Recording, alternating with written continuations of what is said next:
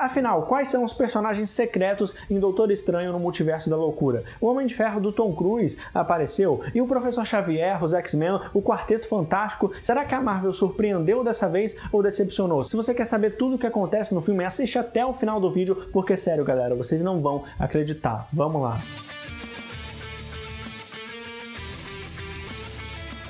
Fala nerds, eu sou o Lucas, sejam muito bem-vindos ao Experiência Nerd. Doutor Estranho no Multiverso da Loucura chegou aos cinemas e não dá pra falar de Multiverso da Loucura sem pensar num filme recheado de participações especiais com personagens de outros universos, certo? Então, depois de Vingadores Guerra Infinita, Vingadores Ultimato e Homem-Aranha Sem Volta Pra Casa entregar os maiores fanservices que a gente poderia imaginar no MCU, agora a Marvel chegou pra provar mais uma vez e consolidar todo o multiverso no cinema. Mas será que ela conseguiu? Será que valeu a pena toda essa espera? Será que todos os rumores sobre esse filme eram verdadeiros? Quais vilões e heróis aparecem no filme? É exatamente isso que a gente vai comentar no vídeo de hoje. E se liga só, se você está me conhecendo hoje, já se inscreve aqui no canal com o sininho ativado, porque eu estou trazendo muitos vídeos sobre Doutor Estranho, sobre o futuro da Marvel, e só assim você vai ficar informado sobre tudo. Muito obrigado para cada um que faz isso e vamos pro vídeo. Primeiro de tudo, eu preciso falar também sobre as variantes dos heróis, que a gente já tinha até visto no trailer, que são o Doutor Estranho Sinistro, que apareceu na animação What If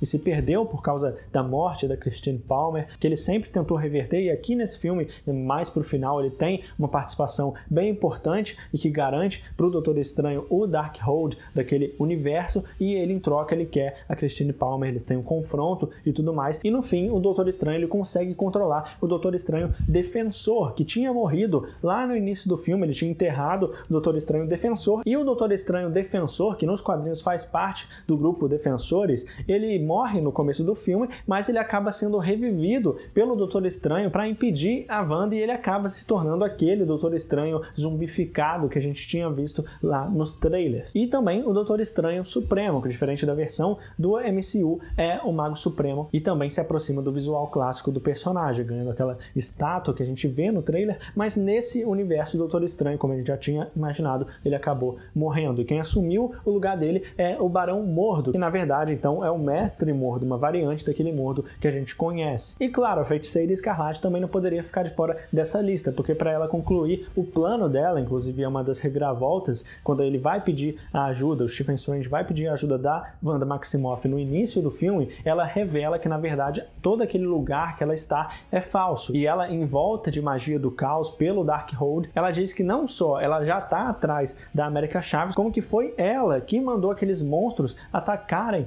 a América Chaves, e tudo isso confirmando o envolvimento do Kiton também, que é justamente o ser responsável pela magia do caos e o Darkhold. Então a gente tem essa versão principal que tá incrível, como eu já disse lá na minha crítica, eu adorei essa versão dela, mas a gente tem um contato com outras então. Uma que ela usa também para entrar no corpo quando for preciso e ficar perto dos filhos, ela visualiza todas as realidades que os filhos dela estão, e essa versão é a versão que ela usa para ser aquela Wanda que parecia zombificada nos trailers, mas ela só estava suja de sangue por causa da morte dos Illuminati. É isso mesmo, a morte dos Illuminati. A gente já vai falar sobre isso mais pra frente, ao decorrer do vídeo, a gente vai explicar cada um dos membros. E continua aí, mas calma que a gente também tem uma menção do Wong sobre as suas variantes e tal, mas a gente também se foca nas variantes da Christine Palmer, que a gente já viu que acompanha o Doutor Estranho e a América Chaves em determinados momentos, e ela trabalha no edifício Baxter. Para quem já conhece o universo Marvel, já conhece os grupos do universo Marvel, já sabe o que isso significa. Mas além disso, a gente tem a feiticeira Sara lá em Camartage, e também o Rintra, que aparece brevemente, mas ele é um personagem conhecido dos quadrinhos do Doutor Estranho lá nos anos 80, e o Gargantos, que nesse filme foi inspirado no Shuma-Gorath dos quadrinhos, já que o Shuma-Gorath ele não pôde ser usado por causa de direitos autorais. Mas afinal, então, quais são os outros personagens que aparecem no filme? Professor X, depois dos rumores, artes conceituais e os próprios trailers, já estava praticamente confirmado a aparição do Professor X dos X-Men no filme. E eu preciso dizer que sim, galera, o Patrick Stewart finalmente voltou ao papel de Charles Xavier, e não só isso, ele voltou como líder dos Illuminati no filme. Dá para acreditar? Realmente foi incrível ver ele aqui de novo, eu adorei a participação dele, e é surreal pensar que o Sanheim, que ajudou a mudar muito essa indústria de adaptações de quadrinhos que hoje está gigantesca, e que ele estava lá na época dos primeiros X-Men. E agora, com o MCU totalmente estabelecido, a volta do Tobey Maguire como Homem-Aranha, o diretor ele não só voltou ao gênero de super-heróis, mas ele conseguiu também trabalhar com o Patrick Stewart, que foi o Professor X desde os anos 2000. Então é muito incrível ver tudo isso acontecendo, sabe? É muito emocionante para todo fã e que todo fã que quer ver os X-Men também no MCU e acompanhou toda essa jornada dos filmes da Fox. Então, assim como o Professor X também, outros integrantes dos Illuminati já estavam praticamente confirmados. Então vamos continuar falando sobre todos eles com Capitã Carter. Como a gente também já tinha visto, depois de Loki, o What If abriu portas para muitas versões alternativas e uma das principais variantes e histórias alternativas do clássico E se da Marvel, que imaginaria o que aconteceria com determinado personagem de acordo com alguma mudança sutil e o que aconteceria com a linha do tempo, quais eventos mudariam. A Peggy Carter ela foi um grande exemplo disso na série do What If, assumindo o lugar do Steve Rogers e se tornando então uma super soldado, a Capitã Carter. E sim, nerds, como já indicava os trailers, a atriz Hayley Atwell voltou ao universo Marvel para interpretar a Capitã Carter. E eu gostei bastante da aparição dela aqui. No What If eu tinha achado meio repetitivo, mas com esse conceito do multiverso tudo fica muito mais interessante. A atriz manda bem, muito boa nas cenas de ação também. Você apoia ver uma série da Capitã Carter em live action? Realmente pode dar muito certo. Capitã Marvel, sem dúvida uma das aparições mais faladas nos trailers, que muita gente achou que era o Homem de Ferro superior do Tom Cruise, justamente porque nos primeiros trailers não dava para ter certeza se esse personagem com uma energia em volta do corpo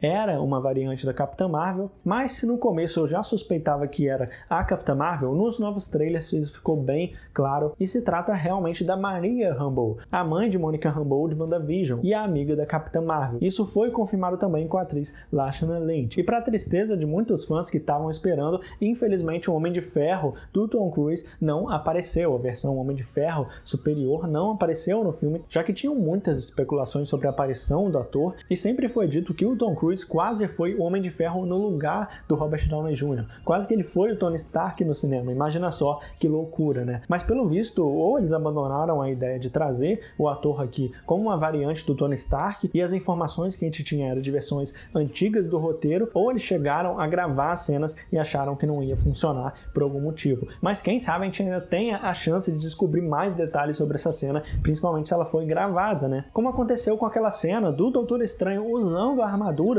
do Homem de Ferro lá em Vingadores Guerra Infinita, como eu já comentei com vocês aqui no canal. Raio Negro, um personagem inesperado que também apareceu como um integrante dos Illuminati, o Raio Negro interpretado pelo Anson Mount, o que já pode abrir portas para os Inumanos aparecerem no MCU mais pra frente, já que vale lembrar que um projeto dos Inumanos tinha sido planejado pela Marvel Studios no passado, mas que acabou virando aquela série live action que não foi bem recebida e acabou sendo cancelada. Senhor Fantástico, o Reed Richards era um dos personagens que eu mais queria ver nesse filme, e sim, galera, ele realmente tá nesse filme, interpretado por um ator que eu gosto muito, o excelente ator John Krasinski, o eterno Dean Halpert lá de The Office, e que comandou também os 2 filmes de Um Lugar Silencioso. E o ator já tinha demonstrado interesse de fazer o Senhor Fantástico no MCU e agora aconteceu. Mas agora a gente chega ao problema disso tudo aqui nesse vídeo, porque assim como todos os Illuminati, todos os integrantes dos Illuminati, o Senhor Fantástico do John Krasinski também acaba sendo uma das vítimas da Wanda. Ele é morto brutalmente, assim como o Raio Negro, que tem uma das mortes mais impactantes do MCU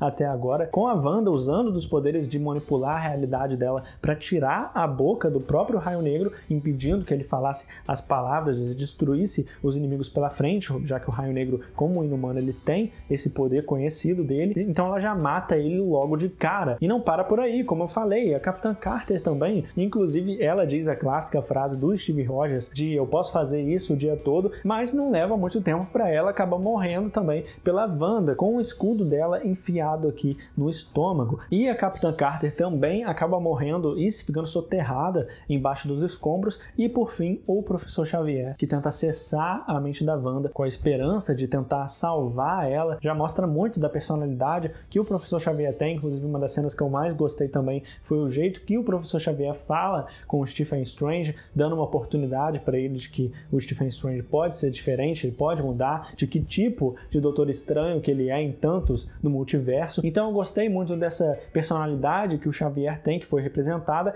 mas ele tenta resgatar a Wanda a todo custo, mas ele acaba sendo enganado e tendo seu pescoço quebrado por ela. Realmente é uma das cenas mais impactantes também de todo o MCU. E infelizmente a maioria desses personagens que a gente vê nessa versão dos Illuminati deve ser a última vez que a gente vê eles, porque principalmente o Professor Xavier, eu imagino que o Patrick Stewart ele não deve voltar para muitos outros filmes, foi mais uma participação especial mesmo. E eu gostei muito, eu gosto muito dele como Professor Xavier, eu acho que ele se encaixa bem no papel, mas eventualmente eles terão que buscar outro ator para assumir o personagem no MCU, a versão principal dele, né? E resta esperar para ver então se eles vão aproveitar o John Krasinski para o novo filme do Quarteto Fantástico, que está chegando aí em breve na Marvel também, e já tem rumores dizendo que ele vai continuar, ele pode até dirigir o filme, que eu acharia muito interessante, porque a direção do Lugar Silencioso é bem competente. Mas o que você acha? Você gostaria de ver ele de novo? Você quer o John Krasinski no filme do Quarteto Fantástico? Já comenta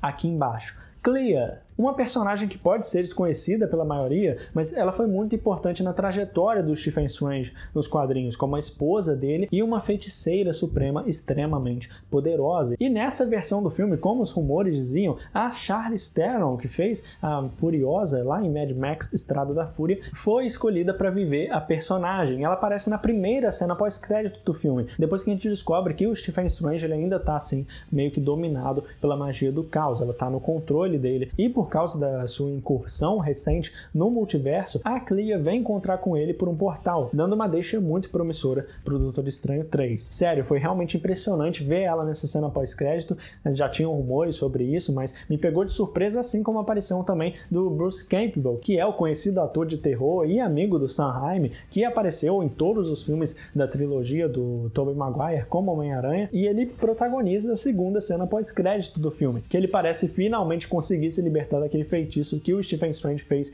ele ficar se batendo no meio do filme. E o melhor é que, assim como ao decorrer do filme, a Wanda ela olha para a câmera, para o público, diretamente como ela fazia lá em WandaVision, quebrando a quarta parede, o Bruce Campbell ele também quebra a quarta parede falando que já acabou, que as pessoas já podem ir embora para casa porque o filme acabou, bem ao estilo Deadpool também, claro que se inspirou também lá no Curtindo a Vida Doidada. Então foi bem legal também contar com essa participação especial. Bom, eu achei incrível a participação de todos esses personagens. Qual delas você mais gostou? Que herói ou vilão faltou nesse filme que você gostaria de ter visto? Já comenta aqui embaixo e não esquece de se inscrever aqui nesse canal com o sininho ativado, porque assim você vai receber todos os vídeos. Então você precisa estar inscrito para não perder e ao mesmo tempo você me ajuda demais, sério. Então muito obrigado por tudo e fiquem ainda com esses novos vídeos que eu separei para você. Eu tenho certeza que você vai curtir. Muito obrigado, valeu, falou e até mais.